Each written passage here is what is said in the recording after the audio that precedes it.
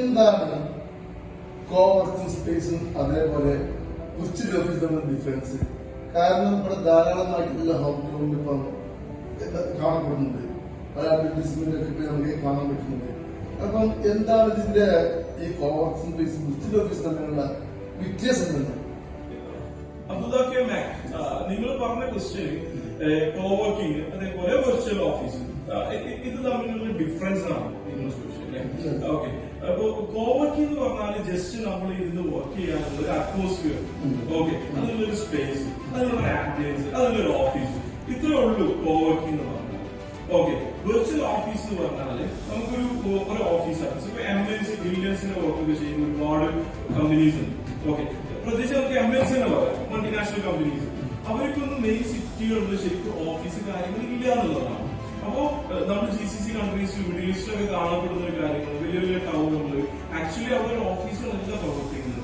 അവിടെ നോർമലി ഒരു സ്പേസ് ആണ് കൊടുക്കുക, ക്യാബിൻസ് ആയിട്ടും അതുപോലെ ചെറിയ ചെറിയ സീറ്റുകളായിട്ടൊക്കെയാണ് അവർ പ്രൊവൈഡ് ചെയ്യുക. അതിനാണ് കോവർക്കിംഗ് സ്പേസ് എന്ന് പറയുന്നത്. അപ്പോൾ അത് നമ്മൾ കാണപ്പെടുന്നത് 24/7 ഉണ്ട്. നോർമലി ഓഫീസ് ടൈമിൽ വർക്ക് ചെയ്യുന്നവരുണ്ട്. ഇപ്പോ അതിൽ നിന്നും അപ്ലിക്കേഷൻ ലെവലിൽ ഒരുപാട് സ്കീം നടക്കുന്നുണ്ട്. അതായത് വെർച്വൽ ഓഫീസിന്റെയും കോവർക്കിന്റെയും പുറമെ ടെലികോൾസിന്റെ, അതായത് സെയിൽസ് കമ്മ്യൂണിക്കേറ്റ് ചെയ്യാൻ ഇതുപോലുള്ള ഒരുപാട് ടീം വർക്ക് ചെയ്യുന്നത്. പലതരത്തിലുള്ള ഡെവലപ്മെന്റ് നമ്മുടെ നാട്ടിലുണ്ട് എന്നുള്ളതാണ് ഇതേ തരത്തിലുള്ള കോൺസെപ്റ്റ്. ഓക്കെ, പിന്നെ നമ്മുടെ ഇപ്പൊ ഈ കോവർക്ക് സ്പേസിനോട് പറയുന്നത്, കോവർക്ക് സ്പേസ് ഇപ്പൊ കൂടുതലായിട്ട് നമ്മുടെ ഹോം ടൗണിൽ കാണപ്പെടുന്നുണ്ട് എന്നുള്ളതാണ്. കാരണം എന്ന് വെച്ചാൽ അത്രയധികം റിമോട്ട് ഏരിയയിൽ നിന്ന് വർക്ക് ചെയ്യുന്ന ആളുകളാണ് നമ്മുടെ നാട്ടിലുള്ളത്. ഓക്കെ, അപ്പോ അവർക്ക് വർക്ക് അറ്റ് ഹോം ആവുമ്പോ വീട്ടിലിരുന്ന് വർക്ക് ചെയ്യാനുള്ള ഒരു ആംബിയൻസ് ഉണ്ടാവില്ല എന്നുള്ളതാണ്. 24/7 എന്ത് ഓഫീസിലാണ് കൊടുക്കുന്നത്? ഇതിന്റെ പുറകിൽ കുറെ ഡിസ്കസ് ചെയ്യാൻ ചാൻസ് കൂടുതലല്ലേ? 24 hours ഇത് ഓപ്പൺ ആക്കുക, ഇല്ലെങ്കിൽ നമ്മുടെ കുട്ടികൾ വഴിതെറ്റാനും അതേപോലെ ഇങ്ങനെ വല്ല ചാൻസ് സ്കാമും ഇത്തരത്തിലുള്ള കാര്യങ്ങൾ തമ്മിൽ വളരെയധികം അന്തരമുണ്ട്. കാരണം എന്താ വെച്ചാൽ 24/7 എന്ന് പറയുമ്പോൾ ഇപ്പൊ ഒരുപാട് മക്കള് നമ്മുടെ നാട്ടിലുള്ള കുട്ടികൾ വർക്ക് ചെയ്യുന്നത് മറ്റുള്ള കൺട്രീസിലാണ്. ഇപ്പൊ എക്സാമ്പിൾ പറയുകയാണെങ്കിൽ മിഡിൽ ഈസ്റ്റിലാണെന്നുണ്ടെങ്കിലും അമേരിക്കയിലാണെന്നുണ്ടെങ്കിലും കാനഡയിലാണെന്നുണ്ടെങ്കിലും അവിടേക്കുള്ള വർക്ക് പ്രൊവൈഡ് ചെയ്യുന്നത് ഏകദേശം അവിടുത്തെ ടൈം കമ്പയർ ചെയ്തിട്ടാണ് ഇവിടെ വർക്ക് ചെയ്യുക. അപ്പൊ ഒരിക്കലും വീട്ടിൽ നിന്ന് അങ്ങനെ വർക്ക് ചെയ്യാൻ പറ്റില്ല. ഇവിടെ നമ്മുടെ നാട്ടിലുള്ള നെറ്റ്വർക്ക് ഇപ്പൊ ഒരുപാട് മഴയും കാര്യങ്ങൾ, നമ്മുടെ നാട്ടിലെ ക്ലൈമറ്റ് അല്ലല്ലോ. അപ്പൊ അവരെ ടൈമിംഗ് നോക്കുമ്പോൾ നമ്മുടെ നാട്ടിൽ 24/7 കോവർക്ക് സ്പേസ് വർക്ക് ചെയ്യണം എന്നുള്ളതാണ് അതിന്റെ ശരിക്കുള്ള കാരണം. പിന്നെ നിങ്ങൾ പറഞ്ഞ പോലെ സ്കാമെന്നല്ല, അത് മിസ്യൂസ് ചെയ്യപ്പെടുന്ന കാര്യങ്ങൾ. ഇപ്പൊ ഒരു കമ്പനിക്ക് ഏകദേശം ഒരു 1000-2000 സ്റ്റാഫ് ഉണ്ടായി നോക്കാം.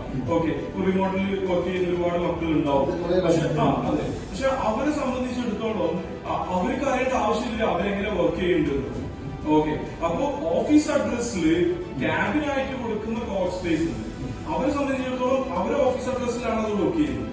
ഓക്കെ, വെർച്വൽ ഓഫീസിന്റെ പുറമെ വെർച്വൽ ഓഫീസിൽ ഇപ്പോ MD റൂമോ അല്ലാതെ കോൺഫറൻസ് ഹോളോ ഒക്കെ അതിന്റെ കൂടെ പ്രൊവൈഡ് ചെയ്യുന്നുണ്ടാവും. പക്ഷെ ക്യാബിൻ എടുക്കുന്ന ആളുകളാണെന്നുണ്ടെങ്കിൽ ക്യാബിൻസ് 24/7 ആണെങ്കിൽ അതിന് കമ്പനിയാണ് ഉത്തരവാദി. പക്ഷെ 24/7 ഇപ്പൊ ഒരുപാട് മക്കൾ ഇവിടെ വർക്ക് ചെയ്യുന്നത്, കോവർക്ക് സ്പേസ് എടുക്കുന്നത് വിദ്യാഭ്യാസം, അതായത് ഇപ്പൊ പുറത്തൊക്കെ എന്തെങ്കിലും MBA അല്ലെങ്കിൽ വേറെ എന്തെങ്കിലും കോഴ്സ് എടുത്ത് പഠിക്കുന്ന കുട്ടികളുണ്ടാവും. ഇവിടെ എൻട്രൻസ് കോച്ചിങ്ങിൽ പഠിക്കുന്ന കുട്ടികളുണ്ട്. ഇവരൊക്കെ ഒരു 1-2 തവണയൊക്കെ കിട്ടാത്ത ആളുകൾ, ഇതുപോലെ നല്ലൊരു അറ്റ്മോസ്ഫിയർ തേടി നടക്കുന്ന ആളുകൾ, അവരൊക്കെ വന്നിട്ട് എന്ത് ചെയ്യും, കോവർക്ക് സ്പേസിൽ വർക്ക് ചെയ്യും. കോവർക്ക് സ്പേസ് വിർച്വൽ ഓഫീസ് വരുന്നില്ല. കാരണം വിർച്വൽ ഓഫീസ് എങ്ങനെ പറയാ, അത് ഫിസിക്കലി അല്ലേ? ഫിസിക്കലി ഓഫീസിന് വിർച്വൽ ഓഫീസ് കമ്പ്യൂട്ടറിനകത്തും ഓഫീസിനകത്തും ഓൺലൈനകത്തും നമ്മളൊരു സെക്രട്ടറി പ്രോഗ്രാം വേണ്ടി വിർച്വൽ കൊണ്ട് ഉദ്ദേശിക്കുന്നത്. തീർച്ചയായിട്ടും വിർച്വൽ ഓഫീസ് എന്ന് പറഞ്ഞാല് ഇപ്പൊ നമുക്കൊരു ഓഫീസ് അഡ്രസ് ഉണ്ടാകുന്നതാണ്. ഓക്കെ, ഇപ്പൊ നമുക്ക് എക്സാമ്പിൾ പറയാം. ഇപ്പൊ നമ്മൾ കണ്ടുകൊണ്ടിരുന്ന ദുബായിലൊക്കെ എടുക്കുകയാണെങ്കിൽ ഒരു ലൈസൻസ് എടുക്കുകയാണ് നമ്മൾ ദുബായിൽ. അപ്പൊ നമുക്കൊരു ഓഫീസ് വേണം, കമ്പൽസറി ആണല്ലോ. നമ്മുടെ നാട്ടിലുള്ള ആരെങ്കിലും പോയിട്ട് ഒരു കമ്പനി തുടങ്ങിയാണ്. അപ്പൊ അവർക്ക് വേണ്ടി അവരൊരു വെർച്വൽ ഓഫീസ് എടുക്കുന്നതാണ്. അപ്പൊ പോസ്റ്റ് കാര്യങ്ങളൊക്കെ അതിൽ വരുന്നതാണ്. പക്ഷെ ഇപ്പോ ഒരു AI ഇപ്പോ ഇതുപോലെ തന്നെ ഈ ടെക്നിക്കലായിട്ട് ഒരുപാട് മുന്നോട്ട് നിൽക്കുന്ന ഈ കാലഘട്ടത്തിൽ അങ്ങനെ ഒരു ഓഫീസിന്റെ ആവശ്യം, വിർച്വൽ ഓഫീസിന്റെ ആവശ്യം വളരെയധികം കുറഞ്ഞുകൊണ്ട് വരിക. ഓക്കെ, ഇപ്പൊ അങ്ങനെ ഓഫീസ് അഡ്രസ്സിന്റെ ആവശ്യമില്ല, ഒരു ഹെഡ് ഓഫീസ് ഉണ്ടായാൽ മതി. അപ്പൊ ബാക്കിയുള്ള ആളുകളൊക്കെ പല നെറ്റ്വർക്ക് ആയിട്ട് വൈഡ് ആയിട്ട് എടുക്കുകയാണ്. പക്ഷെ ഇതിൽ ഇമ്പോർട്ടന്റ് മാറ്റേഴ്സ് എന്താണെന്ന് വെച്ചാൽ കോ വർക്കിംഗ് എന്നുള്ള ഒരു വലിയൊരു നെറ്റ്വർക്ക് അതിൽ രൂപീകരിക്കാൻ പറ്റുന്നതാണ്. അതായത് ഒരു കമ്പനിയെ സംബന്ധിച്ച്, ഒരു സ്റ്റാർട്ടപ്പ് കമ്പനിയെ സംബന്ധിച്ച് അവർക്ക് വർക്ക് ചെയ്യാൻ ഇപ്പൊ ഒരു കോ വർക്കിംഗിൽ വരികയാണെങ്കിൽ അതിൽ കണ്ടന്റ് റൈറ്റർ ആയിട്ടും ഒരു IT മേഖല എടുക്കുകയാണെന്നുണ്ടെങ്കിൽ ഗ്രാഫിക് ഡിസൈനർ ആയിട്ടും പ്രോഗ്രാമേഴ്സ് ആയിട്ടും ഒരുപാട് ബ്രില്യന്റ് ആയിട്ടുള്ള ആളുകളാണ് വരിക. ഇപ്പൊ സിവിൽ ഓറിയന്റഡ് വർക്ക് ആണെന്നുണ്ടെങ്കിൽ അല്ലെങ്കിൽ 3D മാക്സ് ചെയ്യുന്നവരാണെങ്കിലും നല്ല നല്ല എഞ്ചിനീയേഴ്സ് ആണെന്നുണ്ടെങ്കിലും നല്ല നല്ല കൺസൾട്ടേഴ്സ് ഒക്കെ എന്ത് ചെയ്യും, ഇതുപോലെ വിർച്വൽ ഓഫീസും അതേപോലെ കോവർക്കിംഗ് സെലക്ട് ചെയ്യുന്നതാണ്. അപ്പൊ നമുക്ക് ആ ഒരു നെറ്റ്വർക്കിൽ നമ്മൾ ഒരു മെമ്പർഷിപ്പ് എടുത്ത് ഇൻക്ലൂഡ് ആയി കഴിഞ്ഞാൽ അത്രയധികം സൊല്യൂഷൻ നമുക്ക് അതിൽ നിന്ന് കിട്ടുന്നതാണ്. അപ്പോ ഈ കാലഘട്ടത്തിൽ നമ്മളൊരു പ്രൈവറ്റ് ആയിട്ടൊരു ഓഫീസ് വിൽക്കുന്നതിനേക്കാളും ബെറ്റർ നമുക്ക് ഇങ്ങനെയുള്ള കമ്മ്യൂണിറ്റിയിൽ മെമ്പർ ആയി അവിടെ നിന്ന് വർക്ക് ചെയ്യുന്നതാണ് നമ്മുടെ ബിസിനസിന് ഡെവലപ്പ് ചെയ്യുക. ഇപ്പോ നമ്മുടെ നാട്ടിൽ കണ്ടുവരുന്ന ഒരുപാട് നെറ്റ്വർക്ക് കൂട്ടാനുള്ള ഒരുപാട് സംഘടനകളുണ്ട്, BNI എന്നൊക്കെ പറഞ്ഞിട്ട്. പക്ഷെ ആ BNIയിലൊക്കെ നടക്കുന്ന ഒരുപാട് മീറ്റിംഗ്സ് ഹാൻഡിൽ ചെയ്യുക, അതിൽ നമ്മുടെ നെറ്റ്വർക്ക് കൂടുക, ഇങ്ങനെയുള്ള കോൺസെപ്റ്റ് ഒക്കെ നമ്മൾ കാണുന്നത്. പക്ഷെ അതിൽ നമ്മുടെ കോൺസെപ്റ്റ് വേറെ ആള് കൊണ്ടുപോവുക എന്നുള്ള, കാരണം നമ്മളവിടെ വൈഡാക്കി നമുക്ക് ഒരു പ്രസന്റേഷൻ ഒക്കെ കിട്ടുകയാണ്. പക്ഷെ ഈ കോവർക്കിംഗ് എന്ന് പറഞ്ഞാൽ അതിൽ നിന്ന് വ്യത്യസ്തമായിട്ടുള്ളത് ഈ കോവർക്കിംഗ് മെയിൻ എക്സാമ്പിൾ നമ്മളിപ്പോ തിരൂര് ഒരു ഓഫീസ് ഉണ്ട്, കോട്ടയ്ക്കൽ ഒരു ഓഫീസ് ഉണ്ട്, എറണാകുളത്തൊരു ഓഫീസ് ഉണ്ട്, കാലിക്കറ്റിൽ ഓഫീസ് ഉണ്ട്. അപ്പൊ കാസർഗോഡ് മുതൽ കന്യാകുമാരി വരെ ഒരു എക്സാമ്പിൾ ഒരു കമ്പനിക്ക് ഒരുപാട് കോവർക്കിംഗ് ഓഫീസുകൾ ഉണ്ട് എന്ന് നോക്കാം. അപ്പൊ അവർക്ക് എവിടെ ഇപ്പോ അതർ സ്റ്റേറ്റിൽ പോയി കഴിഞ്ഞാലും അവർക്കൊരു ആക്സസ് കിട്ടും, അവരെ മീറ്റിംഗ് ഷെഡ്യൂൾ ചെയ്യാനുള്ള, അവർ ഹോട്ടലിൽ റൂം എടുക്കണ്ട, അപ്പൊ അവർക്ക് അതുപോലെ സ്പേസ് കിട്ടുന്നതാണ്. അപ്പൊ ഈ ഒരു കൺസെപ്റ്റ് ആണ് നിങ്ങളിവിടെ ഒരു അടുത്ത ഹാബിറ്റ് ഒരു വർക്ക് സ്പേസ് ലോഞ്ച് ചെയ്യാൻ പോകുന്നുണ്ട്. അപ്പൊ ഈ ഒരു കൺസെപ്റ്റിലാണ് നിങ്ങൾ തുടങ്ങാൻ ഉദ്ദേശിക്കുന്നത്. ഇത് മോട്ടിവേഷൻ ഈ ഒരു ബാക്ക്ഗ്രൗണ്ട് വെച്ചിട്ടാണ്. തീർച്ചയായും നമ്മള് മെയിനായിട്ട് അതിലൊരു ഒരു വലിയൊരു കമ്മ്യൂണിറ്റി ഉണ്ടാക്കുക എന്നുള്ളതാണ്. ഈ കമ്മ്യൂണിറ്റിക്ക് നമുക്ക് അതിനാണ് നമ്മൾ പ്രാധാന്യം കൊടുക്കുന്നത്. അല്ലാതെ നമ്മളൊരു വർക്ക് സ്പേസിലൊന്നല്ല നമ്മൾ പ്രാധാന്യം കൊടുക്കുന്നത്. അവർക്ക് പ്രീമിയം ആയിട്ട് അവരെ ക്ലയൻസിനെ ഹാൻഡിൽ ചെയ്യാൻ, വർക്ക് ചെയ്യുന്ന കുട്ടികൾക്ക് നല്ല രീതിയിൽ വർക്ക് ചെയ്യാനുള്ള ഒരു അറ്റ്മോസ്ഫിയർ ഉണ്ടാക്കുക എന്നുള്ളതാണ്. അതോടൊപ്പം ഒരുപാട് നെറ്റ്വർക്കും അതിൽ നിന്ന് ഡെവലപ്പ് ആവും. എക്സാമ്പിൾ പറയും, ഇപ്പൊ നമ്മള് നെക്സ്റ്റ് മന്ത് ലോഞ്ച് ആവുന്നത് കോട്ടക്കിലാണ്. ഈ കോട്ടക്കിലാണെന്നുണ്ടെങ്കിൽ മലപ്പുറത്താണ് ഓഫീസ് ഉള്ളത്. അപ്പൊ അവിടെ അത്രയധികം പ്രീമിയം ലെവലിൽ നമ്മളിപ്പോ മിഡിൽ ഈസ്റ്റിലൊക്കെ പക്ഷെ അവിടെ സംബന്ധിച്ചിടത്തോളം ഒരു അഡ്വാൻസ്ഡ് ആയിട്ട് അതിന്റെ ഇന്റീരിയർ ഡിസൈൻ ആവട്ടെ, അതിന്റെ റിസപ്ഷനും അതിന്റെ ലിഫ്റ്റും അതിന്റെ ഫ്ലോറും ഇത് അത്രയും അഡ്വാൻസ്ഡ് ആയിട്ട് നിങ്ങൾ ചെയ്താൽ ഇത് എങ്ങനെ ഒരു ബിസിനസ് അല്ലേ നിങ്ങൾ സംബന്ധിച്ച് ഉദ്ദേശിക്കുന്നത്? അതിലെങ്ങനെ റിക്കവറി റിക്കവറി ചെയ്ത് റിട്ടേൺ അതില് ഒരുപാട് ഓൺടർപ്രണേഴ്സ് നമ്മുടെ നാട്ടിലുള്ള വലിയ വലിയ ഓൺടർപ്രണേഴ്സ് ഒത്തുകൂടുന്ന ഒരു ഇടം അത്രയും നമ്മൾ ആ ഒരു കോൺസ്പേസിൽ നമ്മൾ രണ്ട് വലിയ കോൺഫറൻസ് ഹാള്, അതേപോലെ 8 പരം വലിയ വലിയ ഹൈ ലെവൽ ക്യാബിൻസ്, പിന്നെ പാൻട്രി ഏരിയ, പിന്നെ അതേപോലെ തന്നെ വർക്ക് സ്പേസ് ആയിട്ട് ഒരു 15-20 പേർക്ക് അഡ്വാൻസ് ലെവൽ. അപ്പൊ ഇത്രയും സ്പെൻഡ് ചെയ്ത് ഒരു മൾട്ടിനേഷൻ നല്ലൊരു വലിയ ഒരു അഡ്വാൻസ്ഡ് വീട്, ഈ വീടിന്റെ ഇന്റീരിയർ ഫോർ എക്സാമ്പിൾ ഞാൻ മനസ്സിലാക്കുന്നത് വേറെ ഡിഗ്രീസിൽ വർക്ക് ചെയ്യുന്നുണ്ട്. അപ്പൊ ഇവിടെ പോലത്തെ ബിസിനസ് വേറെ സംബന്ധിച്ചുള്ള ഒരു ഇതിനേക്കാൾ കൂടുതൽ കണ്ടുപിടിക്കുന്ന സമയത്ത് ഡിസൈനാണ് നിങ്ങളവിടെ പ്രൊവൈഡ് ചെയ്തിട്ടുള്ളത്. ഇത്രയും ഇതിന്റെ ആവശ്യമുണ്ട്. അത് മെയിൻ എക്സാമ്പിൾ ചെറിയ രൂപത്തിൽ പറയും. ഇപ്പോ ഒരു സ്റ്റാർട്ടപ്പ് ചെയ്യുന്ന ഒരു ബിടെക് കഴിഞ്ഞ ഒരാള്, MBA കഴിഞ്ഞ ആള്, ഇവർക്കൊക്കെ ഒരുപാട് കോൺസെപ്റ്റ് നമ്മള് മനസ്സിൽ പോലും വിചാരിക്കാത്ത ഒരുപാട് തരത്തിലുള്ള കോൺസെപ്റ്റാണ് ഇപ്പൊ ജനറേറ്റ് ആവുന്നത്. ഓക്കെ, അതും അപ്ലിക്കേഷൻ ലെവലിൽ. അപ്പോ അവരെ സംബന്ധിച്ചിടത്തോളം ഒരു പ്രീമിയം ലെവലിൽ ഒരു വർക്ക് സ്റ്റേഷൻ ഉണ്ടാവുക എന്നതാണ്. ആ വർക്ക് സ്റ്റേഷനിൽ അഡ്വാൻസ്ഡ് ആയിട്ട് അവർക്ക് നെറ്റ്വർക്ക് ഉണ്ടാവുക എന്നതാണ്. എക്സാമ്പിൾ പറയാം, നമ്മൾ ഈ കോട്ടയ്ക്ക് നമ്മുടെ ഓഫീസിനെ പറ്റുന്ന കാര്യങ്ങൾ പറഞ്ഞല്ലോ. അപ്പൊ ആ ഒരു ഓഫീസിന് വ്യത്യസ്തമായിട്ട് അവർക്കൊരു ബ്രാഞ്ച് കോട്ടയ്ക്കിലായി എന്നുള്ളതാണ്. അപ്പൊ അവർക്ക് എറണാകുളം ഒരു ബ്രാഞ്ച്. ഓക്കെ, അപ്പൊ നമ്മളെ സംബന്ധിച്ചിടത്തോളം അവര് ഇപ്പൊ ഈ കോട്ടയ്ക്കൽ ഹാബിറ്റില് അവരൊരു മെമ്പർ ആയി കഴിഞ്ഞാൽ അവർക്ക് എറണാകുളത്തിന് ആക്സസ് ഉണ്ടാവും. എന്റെ ഓഫീസ് എറണാകുളത്ത് ഉണ്ട് എന്നുള്ളത്. അപ്പൊ അതൊരു പ്രീമിയം ലക്ഷറി ടൈം. അപ്പൊ അവര് ക്ലയന്റിനും സാറ്റിസ്ഫൈഡ് ആവും.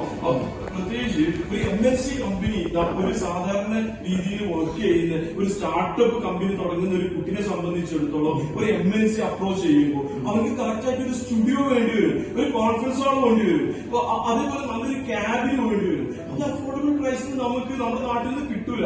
കാരണം ഞാനിപ്പോ ഇതിനെപ്പറ്റി കൂടുതലായിട്ട് റിസർച്ച് ചെയ്ത ഒരു കാര്യം, നമ്മൾ പണ്ടൊക്കെ കണ്ടുവന്നിരുന്നത് ഏകദേശം 2010-ലൊക്കെ കണ്ടുവന്നിരുന്ന ഒരു സംഭവമുണ്ട്. 2000-ലൊക്കെ നെറ്റ്വർക്ക് കഫേ എന്ന് പറഞ്ഞൊരു ഈ ഇന്റർനെറ്റ് കഫേയിലൊക്കെ നമ്മൾ കണ്ടുവന്നിരുന്നത് ഒരു ചെറിയൊരു ക്യാബിനാണ് കൊടുത്തിരുന്നത്. ചെറിയൊരു ക്യാബിൻ ഒരു ബോക്സ്. ആ ബോക്സിൽ നിന്ന് വർക്ക് ചെയ്യുമ്പോ അതിൽ നിന്ന് കിട്ടുന്ന ആംബിയൻസ് എന്താണെന്നുള്ളത്. അപ്പോ ആ രീതിയിലാണ് ഇപ്പോ ഒരുപാട് വർക്ക് സ്പേസ് നമ്മുടെ ഹോം ടൗണിലൊക്കെ വർക്ക് ചെയ്യുന്നത്. അതിന്റെ പ്രൈസ് എന്ന് പറഞ്ഞാൽ നമ്മൾ കേൾക്കുന്ന ഹൈ പ്രൈസ് നമുക്ക് അഫോർഡ് ചെയ്യാൻ പറ്റില്ല. കാരണം അവർക്ക് അവിടെ നിന്നിട്ട് ഒരു അഫോർഡ് ചെയ്യാൻ പറ്റുന്നില്ല. കാരണം അവരുടെ സൗണ്ട് പൊല്യൂഷനും ഇങ്ങനെയുള്ള കാര്യങ്ങളൊക്കെ. അതിൽ നിന്നൊക്കെ വ്യത്യസ്തമായിട്ടാണ് നമ്മൾ ഈ ഒരു കോൺസെപ്റ്റ് ആയിട്ട് മുന്നോട്ട് വരുന്നത്.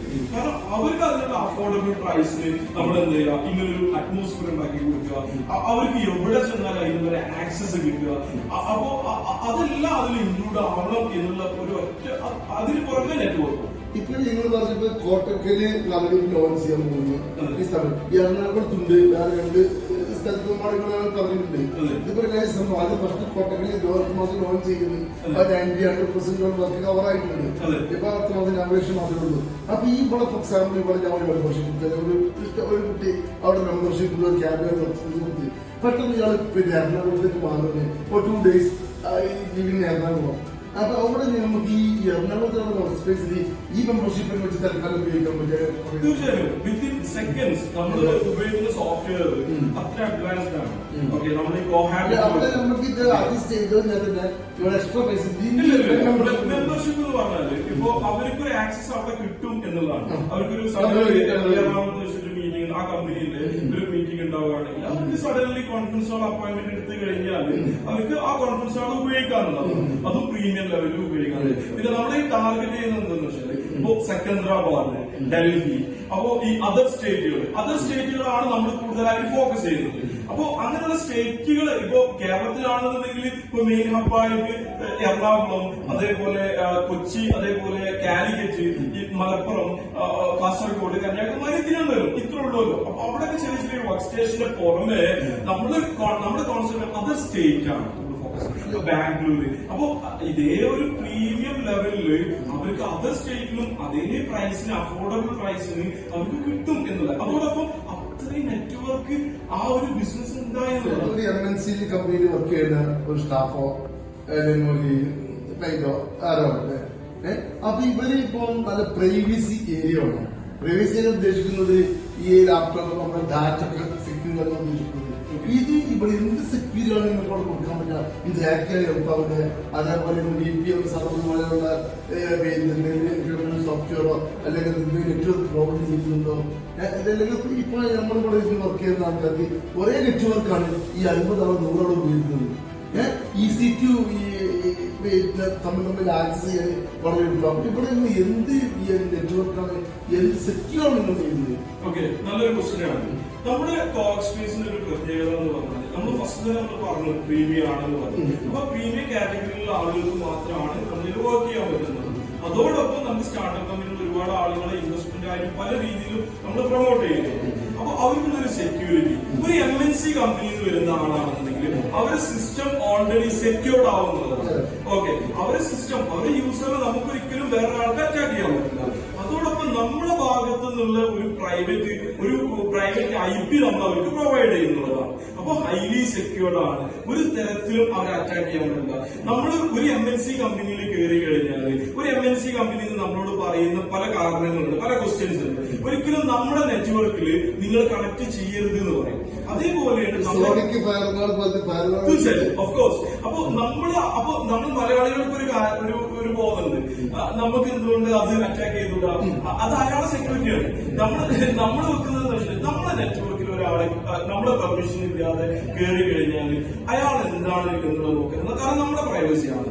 അപ്പൊ നമ്മുടെ കോൾ സ്പേസിൽ ഒരാളെ കയറി കഴിഞ്ഞാൽ നമ്മൾ പ്രത്യേകം പറയുന്നുണ്ട്, നിങ്ങൾ മെമ്പർഷിപ്പ് അല്ല, നിങ്ങൾ ഡിവൈസ് ഏതൊക്കെ രജിസ്റ്റർ ചെയ്തുള്ളത് ആ ഡിവൈസ് മാത്രമേ നമുക്ക് ഇവിടെ ഉപയോഗിക്കാൻ പറ്റുള്ളൂ. അതിന്റെ അപ്പുറത്തേക്കുള്ള ഒരു ഡിവൈസ് അത് നമ്മൾ മോണിറ്റർ, അവരെ സെക്യൂരിറ്റി 100% അവരെ ഡിവൈസ് നമ്മൾ ഗസ്റ്റ് അല്ലാതെ നമ്മൾ ഗസ്റ്റ് ആക്സസ് എന്ന് പറഞ്ഞിട്ട് ഒരു IP കൊടുക്കും. അതിലുള്ളത് നമ്മൾ മോണിറ്റർ ചെയ്യില്ല, കാരണം അതിന്റെ കണക്ക് നമ്മൾ എടുത്തിട്ടുണ്ടാവും. അതിന്റെ അപ്പുറത്ത് നമ്മൾ ക്യാബിന്റെ ആയിക്കോട്ടെ, സീറ്റിനായിക്കോട്ടെ, ബാക്കിയുള്ള നെറ്റ്വർക്ക് ഒരു IP പ്രൊവൈഡ് എക്സ്ട്രാ IP കയറി വരികയാണ്, ഒരു ഡിവൈസ് കയറി വരികയാണെന്നുണ്ടെങ്കിൽ നമ്മൾ അത് മോണിറ്റർ ചെയ്യും. ഇതിന് ലൈസൻസിനുള്ള ലീഗലൈസേഷൻ എന്താണ്? കാരണം ഞാൻ ഒരു ഓഫീസ് അവിടെ വന്നിട്ട് വിളിച്ചിട്ട് ഓഫീസ് ഏജൻസി എത്തിക്കണം, അല്ലെങ്കിൽ കോമൺ സ്പേസ് എടുക്കണം. എനിക്ക് ഇതേപോലെ ഗൂഗിൾ മൈ ബിസിനസ് പോലത്തെ ബിസിനസ് എനിക്ക് രജിസ്റ്റർ ചെയ്യാൻ പറ്റുമോ? അതേപോലെ മുനിസിപ്പാലിറ്റിന്റെ ട്രേഡ് ലൈസൻസിന് അപ്ലൈ ചെയ്യാൻ പറ്റുമോ? ഇതിന് വല്ല റെസ്ട്രിക്ഷൻസ് അല്ലെങ്കിൽ വേറെ എന്തെങ്കിലും പ്രൈവസി അങ്ങനെ എന്തെങ്കിലും ലിമിറ്റേഷൻ വല്ലതും ഉണ്ടോ? തീർച്ചയായിട്ടും നല്ലൊരു ക്വസ്റ്റ്യൻ ആണ്. കാരണം വിർച്വൽ ഓഫീസ് എന്ന് പറഞ്ഞാൽ നമ്മൾ ഓൾറെഡി എന്താണ് നമ്മുടെ ഓഫീസ് അഡ്രസ് കൊടുക്കുന്നതാണ്. അപ്പൊ അവരെ സംബന്ധിച്ചിടത്തോളം അവർക്കൊരു ട്രേഡ് ലൈസൻസ് എടുക്കാനും അങ്ങനെയുള്ള കാര്യങ്ങൾക്കൊക്കെ വേർഡ് മാർക്ക് ആണെങ്കിലും ട്രേഡ് മാർക്ക് ആണെന്നുണ്ടെങ്കിലും അതൊരു ഓഫീസ് അഡ്രസ് ആണെന്നുണ്ടെങ്കിലും വിർച്വൽ ഓഫീസിനും ഒക്കെ ക്യാബിന് എടുക്കുകയാണെന്നുണ്ടെങ്കിലും അവർക്ക് ഒരു ഓഫീസ് അഡ്രസ് നമ്മൾ പ്രൊവൈഡ് ചെയ്യും. എല്ലാ തരത്തിലും ഒരു ബിസിനസ് പാർക്ക് എങ്ങനെ വർക്ക് ചെയ്യുന്നത് ആ രീതിയിൽ. പക്ഷെ ഒരു സീറ്റ് എടുക്കുന്ന ആളെ സംബന്ധിച്ചിടത്തോളം നമ്മൾ അവർക്ക് ഒരു വർക്ക് സ്റ്റേഷൻ മാത്രമാണ് നമ്മൾ പ്രൊവൈഡ് ചെയ്യുന്നത്. അപ്പോ എല്ലാ തരത്തിലുള്ള സൊല്യൂഷൻ നമ്മുടെ അടുത്തുണ്ട് എന്നുള്ളതാണ്. നമ്മുടെ കോസ്റ്റ്യൂംസ് വരുമ്പോൾ ഒരു കസ്റ്റമറെ സംബന്ധിച്ചിടത്തോളം, ഒരു ക്ലയന്റിനെ സംബന്ധിച്ചിടത്തോളം, ഒരു കമ്പനിയെ സംബന്ധിച്ചിടത്തോളം അവർക്ക് ഒരു തരത്തിലുള്ള ഒരു സൊല്യൂഷനും അവിടുന്ന് ബിസിനസ് പരമായിട്ട് കിട്ടാതിരിക്കില്ല എന്നുള്ളതാണ്. Okay, thank you. Again, we meet again soon. Okay.